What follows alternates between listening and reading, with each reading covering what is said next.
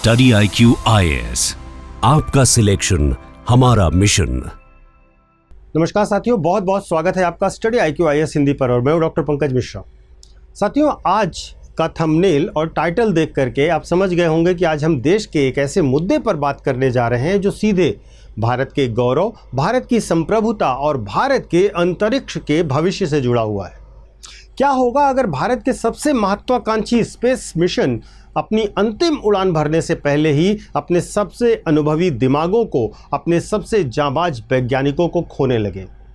एक तरफ पूरा देश टकटकी लगाए गगनयान मिशन का इंतजार कर रहा है, तो वो मिशन जिसके जरिए भारत पहली बार अपने यात्रियों को, अपने जांबाज गगन के जो साइंटिस्ट हैं उनको स्वदेशी तकनीकी से आसमान पर भेजने की तैयारी कर रहा है। लेकिन दूसरी तरफ एक खबर ऐसी आई है सामने जिसने वैज्ञानिक जगत से लेकर भारत सरकार के गलियारों तक, प्रधानमंत्री कार्यालय से लेकर इसरो के हेडक्वार्टर्स तक सभी के कान खड़े कर दिए हैं। दोस्तों साथियों, मीडिया की जो रिपोर्ट्स आ रही हैं उन पर ध्यान दीजिए।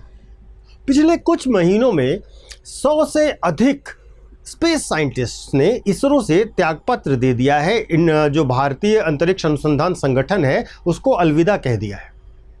यह कोई साधारण वैज्ञानिक नहीं थे दोस्तों, ये एक ऐसे इनमें कई ऐसे सीनियर साइंटिस्ट बताए जा रहे हैं जो देश की सबसे क्रिटिकल और रणनीतिक स्पेस मिशंस की रीढ़ की हड्डी थे, बैकबोन थे।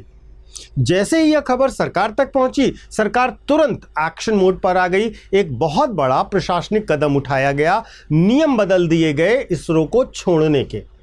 नए नियम तुरंत आनन फानन में जारी किए गए और जानते हैं नया नियम क्या है? गगनयान या किसी भी अन्य रणनीतिक मिशन पर काम कर रहे वैज्ञानिक इस्तीफा जो देते हैं वो पहले की तरह आसानी से अब स्वीकार नहीं किया जाएगा। उनकी जो एग्जिट अप्रूवल की प्रक्रिया है वो सीधे डिपार्टमेंट ऑफ जो स्पेस है उसके स्तर पर ले जाया जाएगा, यानी कि अब सीधे प्रधानमंत्री कार्यालय के अंडर आने वाले विभाग द्वारा इस पर पैनी नज़र रखी जाएगी। साथियों, हम हमेशा जैसे आपसे अपनी क्लास में कहते हैं कि हमें केवल समस्या नहीं देखनी चाहिए, समस्या की जड़ समझनी चाहिए। तो आइए गहराई से समझते हैं कि माजरा है क्या और हो क्या रहा है। दोस्तों तो साथियों, सबसे पहले आपके मन में यह सवाल आ रहा होगा कि इसरो जैसी प्रतिष्ठित संस्था जहां पर जाने के लिए लोग एक ड्रीम रखते हैं, हर इंजीनियर का, हर साइंटिस्ट का सपना होता है कि हम वहां पहुंचें, तो वहां को लोग छोड़ क्यों रहे हैं? इसके पीछे 3-4 बड़े कारण हैं दोस्तों। और सबसे बड़े कारण में सबसे पहला कारण समझिएगा, ये प्राइवेट सेक्टर का जो उभार हो रहा है।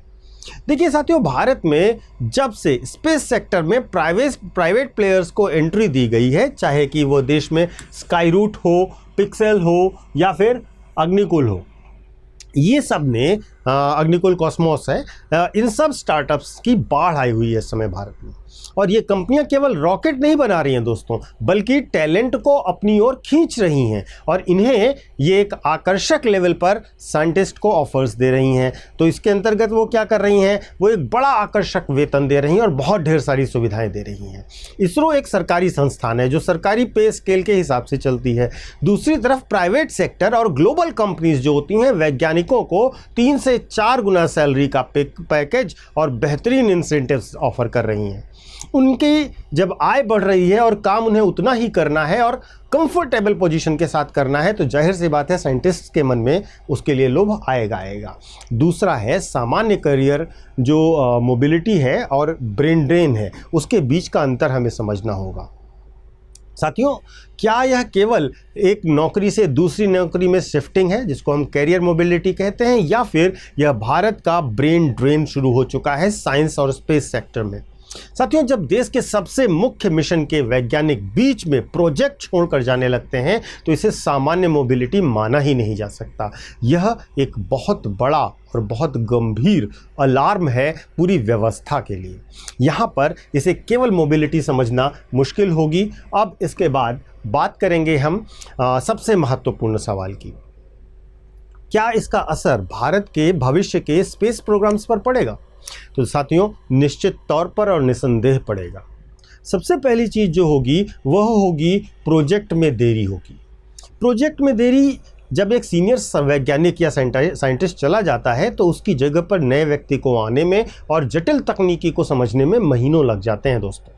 इससे गगनयान जैसे टाइम सेंसिटिव मिशंस में काफ़ी डिले हुआ और इसका प्रभाव हमारे बाकी मिशंस पर भी पड़ेगा। दूसरा, जो तकनीकी गोपनीयता की बात है, जो टेक्नोलॉजिकल कॉन्फिडेंशियलिटी की बात है दोस्तों, रणनीतिक मिशनों से जुड़े हुए वैज्ञानिकों के पास बहुत ही देश का संवेदनशील डेटा होता है। उनका अचानक जाना सुरक्षा और गोपनीयता इन दोनों के लिहाज से सरकार और देश सबके लिए चिंता का विषय बन जाता है दोस्तों, और यह हो रहा है। तो सरकार ने एग्ज़िट के रूल इसीलिए कड़े कर दिए हैं, लेकिन एग्ज़िट के रूल तो कड़े कर दिए हैं, लेकिन भाई इतनी आसानी से इस्तीफ़ा उन्होंने कहा हम मंजूर नहीं करेंगे आपका। लेकिन साथियों एक बात सोचिए, आप यहाँ पर यह बात गंभीर है सोचने के लिए कि क्या आप किसी वैज्ञानिक को ज़बरदस्ती रोक कर उससे दुनिया की सबसे बेहतरीन तकनीकी बनवा सकते हैं? क्या बांधने से बाजार लगेगा? बिल्कुल नहीं लगेगा दोस्तों। वैज्ञानिकों को रोकने के लिए केवल नियम कड़े करना काफ़ी नहीं है, भारत को अपने स्पेस इकोसिस्टम में बड़े और महत्वपूर्ण संरचनात्मक बदलाव करने पड़ेंगे। जैसे कि अगर मैं बात करूं, सबसे पहले परफॉर्मेंस बेस्ड इंसेंटिव होना चाहिए सरकारी वैज्ञानिकों के लिए भी। उनकी परफॉर्मेंस, उनके डेडिकेशन, उनके वर्क के आधार पर अतिरिक्त वेतन और भत्ते दिए जाने चाहिए, इंसेंटिव्स दिए जाने चाहिए। बहुत कम है भारत के वैज्ञानिकों का पे स्केल। दूसरा, इसरो के भीतर जो सरकारी माइंडसेट है उसको बदलना होगा दोस्तों। जो नौकरशाही और रेड टेपिज्म का मामला आता है उसे हमें वैज्ञानिक अनुसंधान संस्थानों से दूर करना होगा, माहौल को और अधिक रिसर्च फ्रेंडली बनाना होगा, कम ब्यूरोक्रेटिक बनाना होगा, तभी अपनी एफिशिएंसी के साथ वह काम कर पाएगा। तीसरी बड़ी चीज़, प्राइवेट और पब्लिक सेक्टर, चूंकि अब हमें प्राइवेट सेक्टर को एंट्री देनी ही होगी तो हमें दोनों जगह वैज्ञानिकों की सेवाएं दे सकने वाले कुछ नए मॉडल्स पर काम करना होगा, जिससे उनका ऑप्टिमम यूटिलाइजेशन भी हो सके और वे आर्थिक तौर पर भी सुदृढ़ हो सके, करियर की सिक्योरिटी भी बन सके। क्योंकि अब आप प्राइवेट सेक्टर को एंट्री दे करके उसे रोक नहीं सकते हैं, और वह निश्चित तौर पर उन लोगों को प्रभावित करता है जो बेस्ट ब्रेन्स होते हैं। तो साथियों, भारत में एक उभरती हुई नई स्पेस पावर भारत खुद भी है और नया प्राइवेट सेक्टर भी भारत में उभर रहा है। हमने बहुत कम बजट में मंगल पर और चांद पर मिशन किए हैं, लेकिन अब हमें इस रफ्तार को अगर बनाए रखना है तो हमें यह समझना पड़ेगा कि रॉकेट और सैटेलाइट तो पैसों से आप खरीद सकते हैं, लेकिन जो दिमाग उन्हें स्पेस में भेजता है वो अनमोल है। सरकार का यह काम इस बात का प्रमाण है कि पानी अब सर के ऊपर जा चुका है, और समय रहते अगर इस ब्रेन ड्रेन को ब्रेन गेन में हमने नहीं बदला तो ये भारत का बहुत बड़ा लॉस होगा। इस पूरे विषय पर दोस्तों, इस पूरे गंभीर और राष्ट्रीय संवेदनशील मुद्दे पर आपका क्या सोचना है? क्या सरकार का इस्तीफा रोकने वाला प्रशासनिक फैसला आपको सही और वाइज बुद्धिमत्तापूर्ण लगता है, या फिर वैज्ञानिकों को रोकने के लिए सैलरी, सुविधाएं और उन्हें काम की छूट देना ज़्यादा महत्वपूर्ण है? अपनी राय कमेंट बॉक्स में अवश्य शेयर कीजिएगा, और इसके साथ साथ अगर आप चैनल पर नए हैं तो चैनल को सब्सक्राइब भी अवश्य कीजिएगा।